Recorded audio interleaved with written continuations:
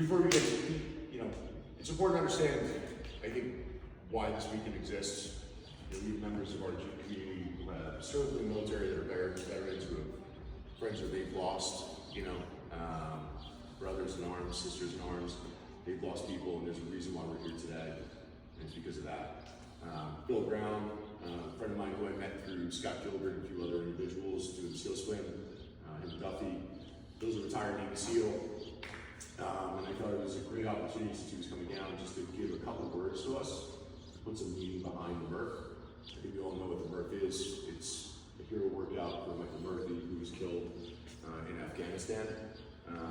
And Bill, as somebody who served in the SEAL community, a true patriot, can talk to us a little bit about his experience and give some real meaning as to why we're here today. So, Bill, with that, hand it over to you.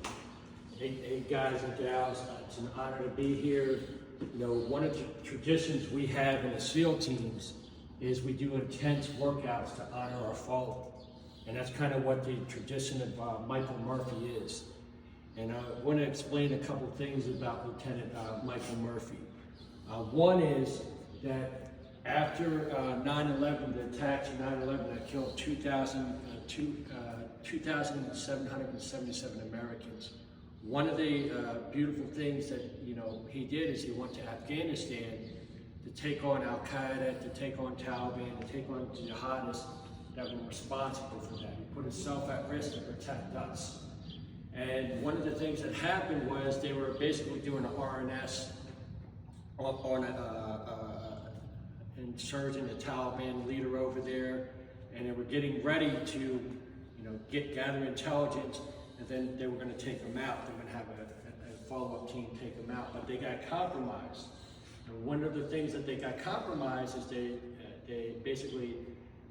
had a couple snipers there, and they had a radio guy, and then they had Michael Murphy, who was the OIC officer in charge, and they got compromised by actually a father and son team of goat herders. And what did they do? Instead of knowing that if we kill these guys, we're not going to get compromised, but they were unarmed. So they did the hard right thing. They didn't kill them. If they would have killed them, they wouldn't have got in the bad spot that they were at. They did the hard thing, and they let them go. But they knew at that point they were compromised, and they tried to get out of Dodge. They weren't able to get out of Dodge, and they got a real bad spot.